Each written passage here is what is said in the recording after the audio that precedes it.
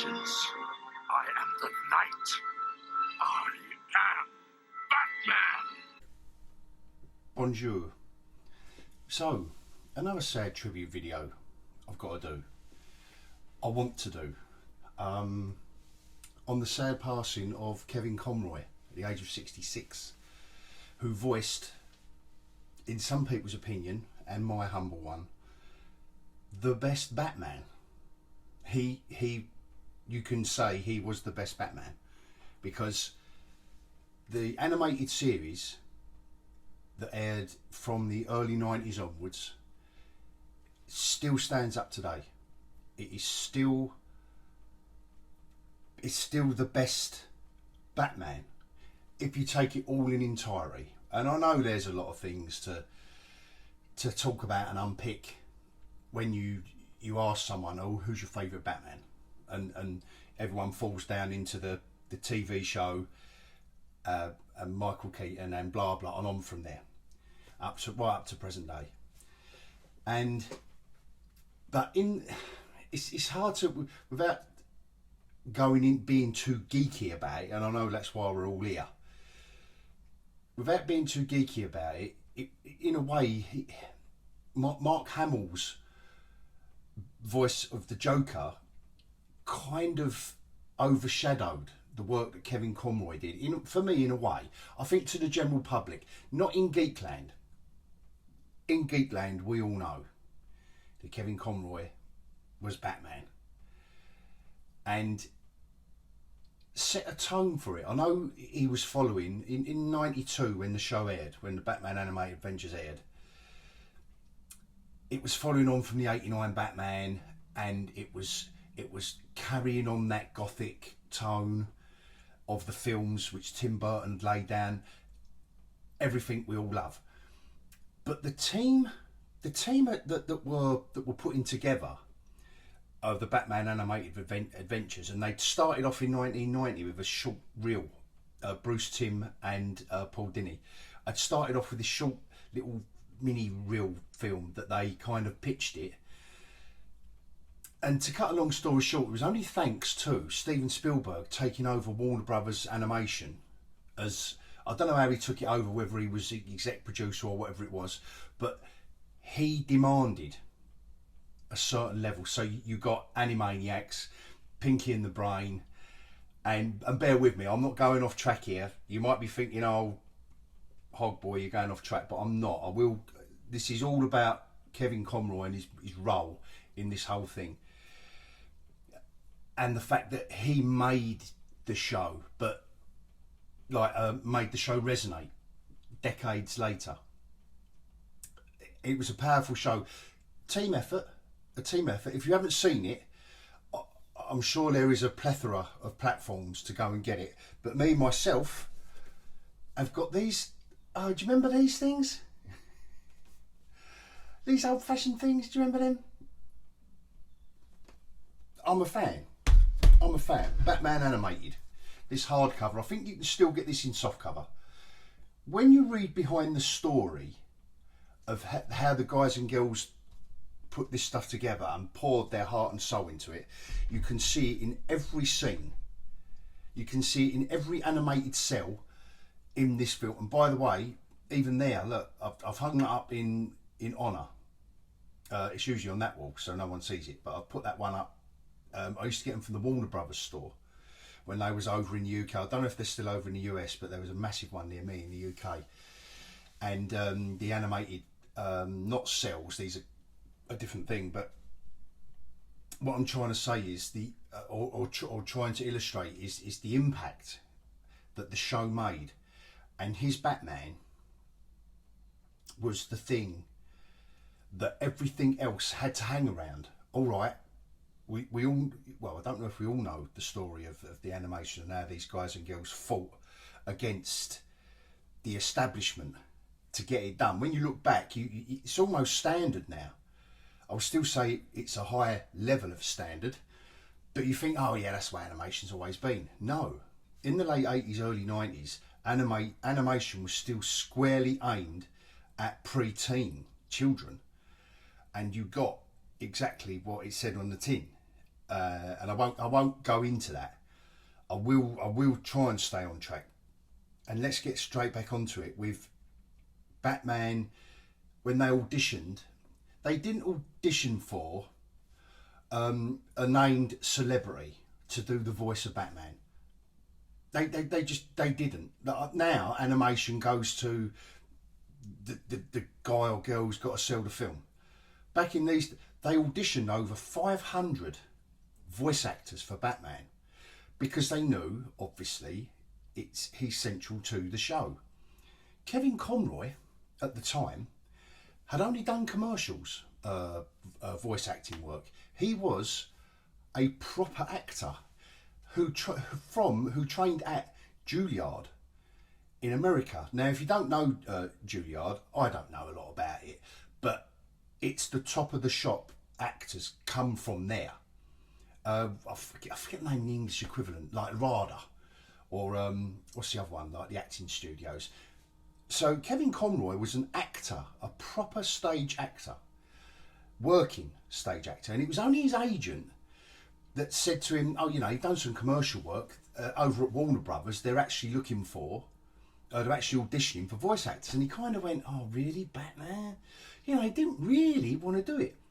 And a lady called Andrea Romano was the voice director on the show. And she, with Bruce Timm, cast all of the voice, all of the voice role, all of the actors in the voice roles. I don't know how Mark Hamill got the job of Joker, because what I'm trying to illustrate is the fact that they actually wanted voices to suit the roles. You know, that everything come first, but it was the voice that was going to ignite it. So they went for voice actors, which I think is absolutely superb.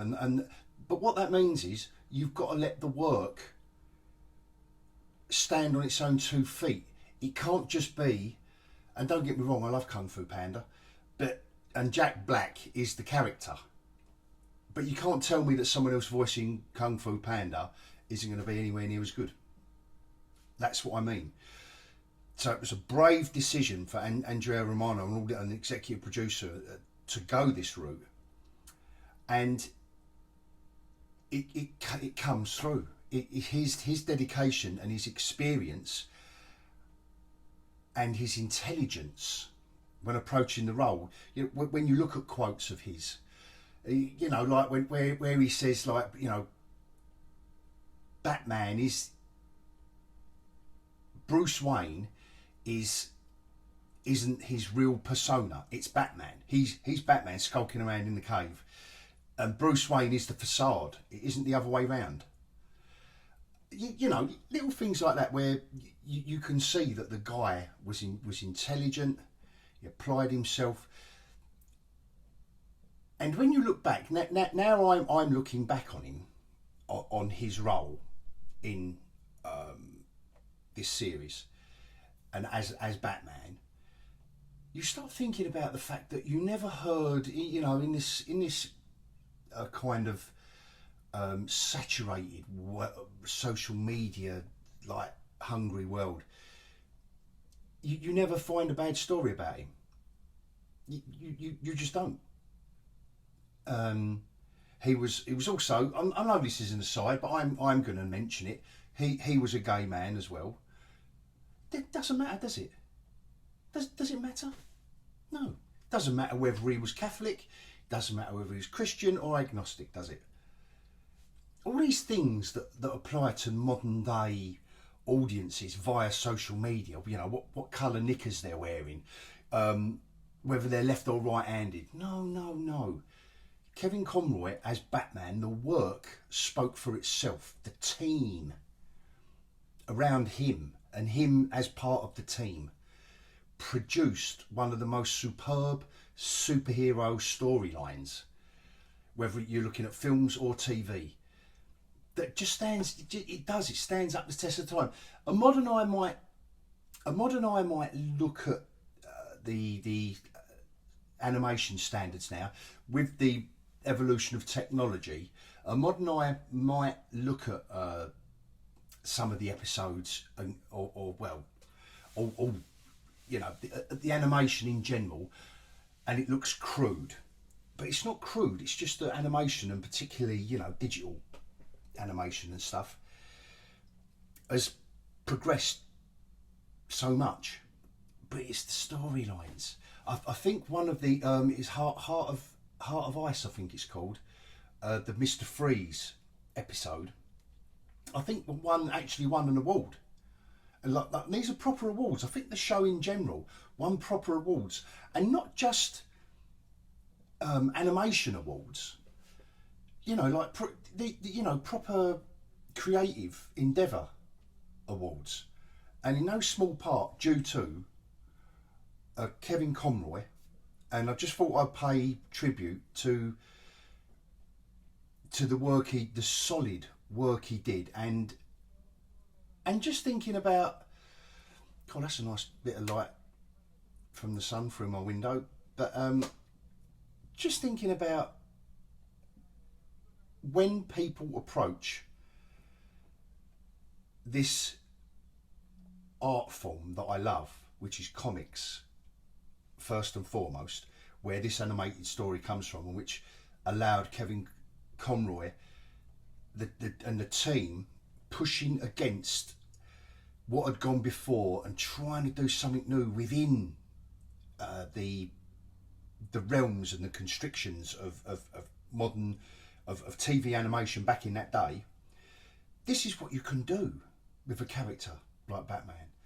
And like I say, I'm not just, one thing I will say, I know I showed a couple of bits earlier, but I will just say that I'm not just doing this because my show, you know, is comic orientated. I think by now anyone who's watched one or two of my videos knows that I've got quite an, I'm showing you my credentials to show you that I genuinely love this stuff, not just talking about stuff because I think, oh, this might do well on YouTube. If you take a little look, any long-term viewers of my, you won't, I'm going to put a picture of this cabinet. I don't know if you can see at the top the bat symbol and the Batmobile and Harley Quinn at the top. I've been a fan since day one. That picture there was when the series was still out in the early 90s. I know that because my son was born in 95, and I bought that for his first birthday party. And I've got it hanging up on my wall. Shh, don't tell him. And I've got a long box just to look at this long box. And I know it's difficult on the camera. I don't often do this, but you know, the original series of the animated Batman issue 1, and DC, you know, that's issue 1. That was 92, I think. You know, the first edition, and it produced. Let's also not forget. I've just realised. I think it was issue 12. I think that is the first Harley Quinn. I think that is the first appearance of Harley Quinn, and what a character! I know I'm drifting off a little bit.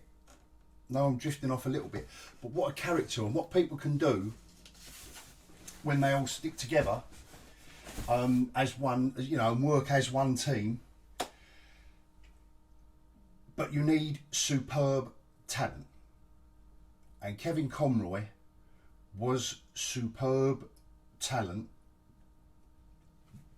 Obviously, Batman animated is the one that he will be known for, and that is his legacy. And I, for one, applaud the work he did, and that is one amazing legacy. If you're going to be known for one thing, and that is one big thing, and it was a good thing. And I'm gonna leave it there as just a quick tribute to the man. Otherwise, I'll gush about everything else and start. Perhaps I'll bang on about Batman animated in another video. I will recommend one brilliant, inspiring video for everyone to watch. If you haven't seen Batman animated and this video has intrigued you, and you've never heard of Kevin Conroy before, but you like Batman, and you're thinking, oh well, what is this anime? You know, because I know not everyone's as old as me, thank God. there's a documentary on the DC. I'll put the link in on my page. But not that DC need any help. But what I'm saying is it's called the story of Batman the animated series, The Heart of Batman. That's a pretty long title, I know, for a little documentary. But it is inspiring the way these guys and everyone involved, including Kevin Conroy, is interviewed in it as well. I do recommend that as a good watch, but I also recommend you buy or rent or whatever it is. No, go out and buy it and own it. Go on, buy it and own it. Own the series. It might have new graphics on the, because this is probably well old, triple DVD. It's got 2004 on this box set. So they've probably repackaged it since then. So anyway, gonna leave it there. Kevin Conroy, rest in peace, Governor. That was solid stuff, and that's what I will remember you for, and it was awesome. So I will bid you adios. I am vengeance. I am the night. I am Batman.